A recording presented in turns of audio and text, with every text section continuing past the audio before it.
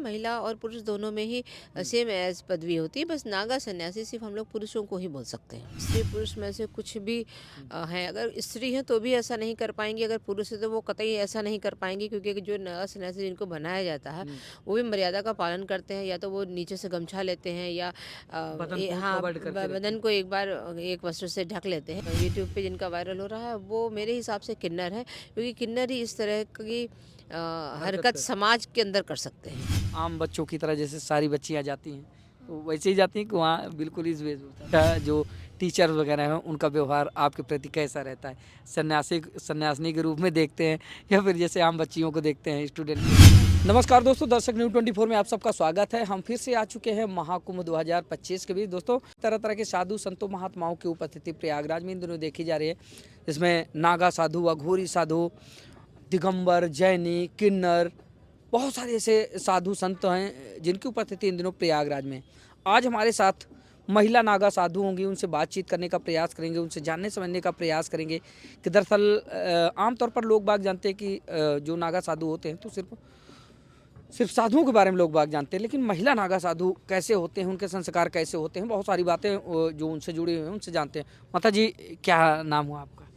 मैं दिव्या गिरी, श्री दशनामी सन्यासी अखाड़े की पंचदश नाम प्रमुख जूना हूँ। वाहन अखाड़ा। जी, मैं उसकी मैं प्रमुख हूँ। सन्यासियों में बहुत पहले जो धुनी रमाते थे जी जी। या विभूति लगा हाँ, के पूर्ण रूप से रहते थे, वो जी। तो अलग का विषय है। हाँ परंतु जो पुरुष होते हैं जी उनकी ही दीक्षा नागा की हो सकती है। जी जी महिलाओं की नागा की दीक्षा नहीं होती है। जी जी जो तपश्चर्या में है वो अलग है कि हमने एक नियम ले लिया, हम 12 वर्ष तक वस्त्रों में नहीं रहेंगे, हम 12 वर्ष तक विभूति लगाएंगे, वो नियम तो अलग है। मगर अखाड़े की तरफ से या अन्य अन्य कोई भी ऐसा प्रयोजन हो कि अखाड़ा नागा बनाता है, ऐसा नहीं है। इसलिए महिलाओं को सन्यासिनी ही आप कहा अगर जा सकता बोलें है। तो ठीक है। जी, ज़्यादातर माता जी कई वीडियो में मैंने देखा, बहुत सारे लोग बाग जब वीडियो बनाते हैं फिर टाइटल में लिखते हैं तो आपने आपने भी देखा होगा महिला नागा साधुओं का आगमन, महिला नागा साधुओं का आगमन। तो इसको किन शब्दों के साथ परिभाषित किया जाए? सन्यासिनी कह के? हाँ, देखिए, महिलाओं को आप नागा शब्द अगर संबोधित नहीं करेंगे तो बेहतर रहेगा, क्योंकि जो स्नान की भी प्रक्रिया होती है ना, उनको 3 वस्त्रों के साथ में, चाहे वो दीक्षा हो या उनकी सन्यास की ही दीक्षा क्यों ना हो जी। स्नान के समय, तो 3 वस्त्रों की परंपरा है और ये बाध्य है कि वो 3 वस्त्रों में करेंगी। भले ही धोती को यहाँ पे गांठ लगा लें हाँ या फिर ऊपर से गांठी लगा लें, हाँ। मगर मर्यादा के तौर पे 2 वस्त्र तो होने ही चाहिए बदन पे। ऐसा नहीं है कि आप बिल्कुल नग्न होके या निवस्त्र होके आप समाज में जा सकते हैं, ऐसा कोई रूल नहीं है। जो लोग भी ऐसा कहे या कर रहे हैं या बोल रहे हैं वो गलत है। गलत है। लोग बाग जोड़ के देखते हैं, हालांकि ऐसा नहीं करना चाहिए, जोड़ के देखते हैं वो अलग विषय है, लेकिन हकीकत में अगर देखा जाए तो आप भी संस्कारों का पालन करते हैं आमतौर पर, जो महिलाओं के लिए एक मर्यादा बनी हुई है ना? तो उन्हीं मर्यादा में रहकर आप लोग जो है वो सारी साधना वगैरह करते हैं। जी, बिल्कुल, वो सारा कुछ पालन करना होता है। हाँ, एक जो नागा साधुओं की परंपरा है, चूँकि वो पुरुषों की है, सब कुछ सेम एज़ इट इज़ होता है, मगर एक जो नागा सन्यास की दीक्षा है वो थोड़ा-सा भिन्न है। वो पुरुषों में ही हो सकती है, महिलाओं की नहीं हो सकती। इसलिए उनको सन्यासिनी ही पुकारना बेहतर होगा। तो जैसे सबके अलग अलग संस्कार होते हैं, अभी हमने जब नागा संतों से बातचीत की, उनके संस्कार अलग, और जितने भी संत हैं सबके संस्कार अलग। तो आप लोगों में कैसे संस्कार होते हैं, क्या प्रक्रिया होती है संस्कार की? देखिए, पहले धूत या अवधूतानी होती है, उसके बाद में फिर उनकी पंचदीक्षा होती है। पंचदीक्षा के बाद में जो भी आगामी कुंभ मेला होता है उसमें पूर्ण संन्यास उनको दिया जाता है। फिर उनका टाइटल महंत या श्री महंत का लगता है। फिर उनको अखाड़े के अंदर की अगर सेवा या पालन या उनके नियमों के अनुसार चलना होता है तो अखाड़े के अंदर में सेवा रह के, क्योंकि जैसे हमारे वहाँ बाहर में प्रजातंत्र का एक लोकतंत्र होता है, वैसे ही अखाड़े के अंदर का अपना एक लोकतंत्र होता है। जैसे लोकसभा राज्यसभा होता है, ऐसे उसके अंदर भी वही परंपराएं और विशेषताएं हैं।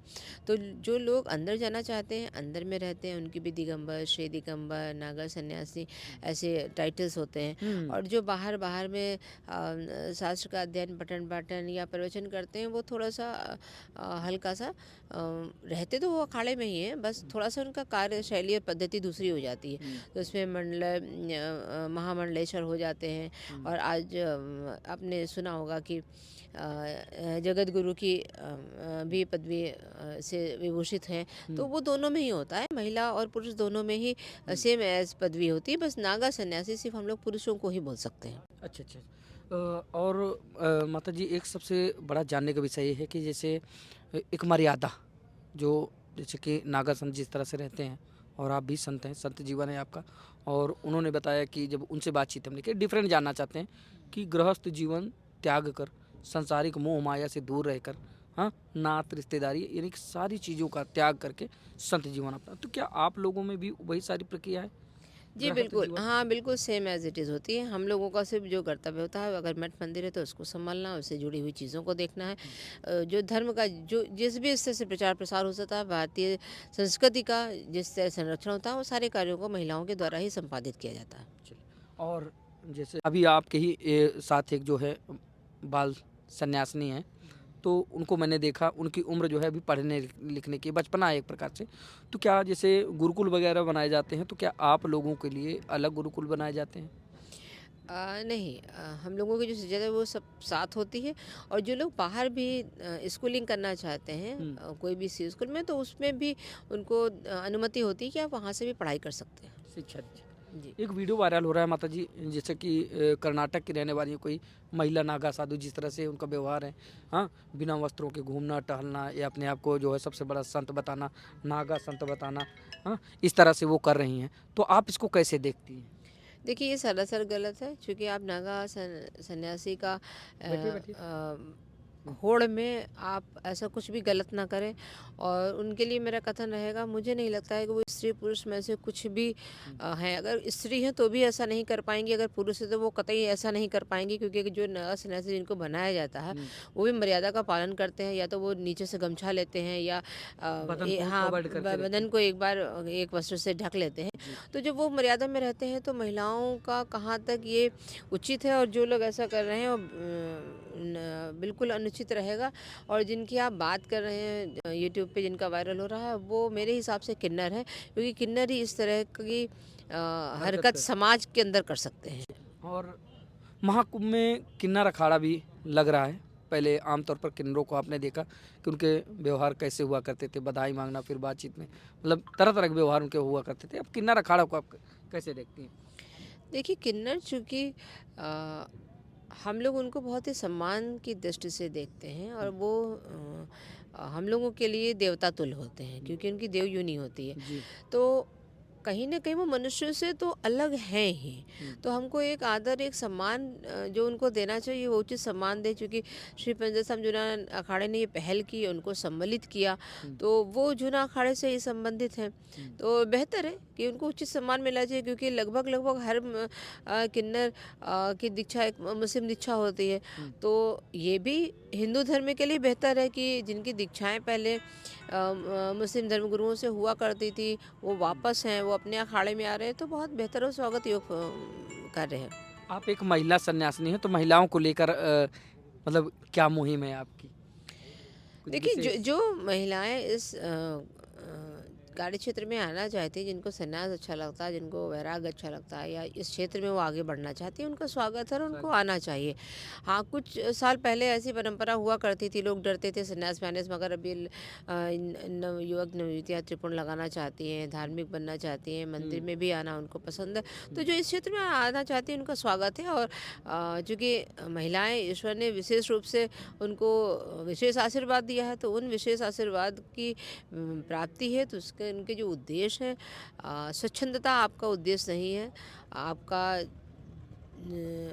एक स्वतंत्र होते हुए भी आप बहुत कुछ समाज के लिए कर सकते हैं। और एक महिला चूँकि समाज की धुरी है, तो वो बहुत कुछ इस समाज को आगे और साथ लेते हुए भी अपने आप को बहुत अग्रिम पंक्ति में रख सकती है। माता जी डिजिटल ज़माना है, डिजिटल युग का सदुपयोग हो रहा है, तो एक तरफ दुरुपयोग भी हो रहा है। बहुत सारी अपने समाज की बहन बेटियां हैं, युवतियां हैं, नव युवतियां हैं, जो तरह तरह के अश्लील गानों में डांस कर या तरह तरह के ऐसे पिक्चर या वीडियो बनाकर वायरल करती हैं। इनको लेकर क्या कुछ कहना चाहिए?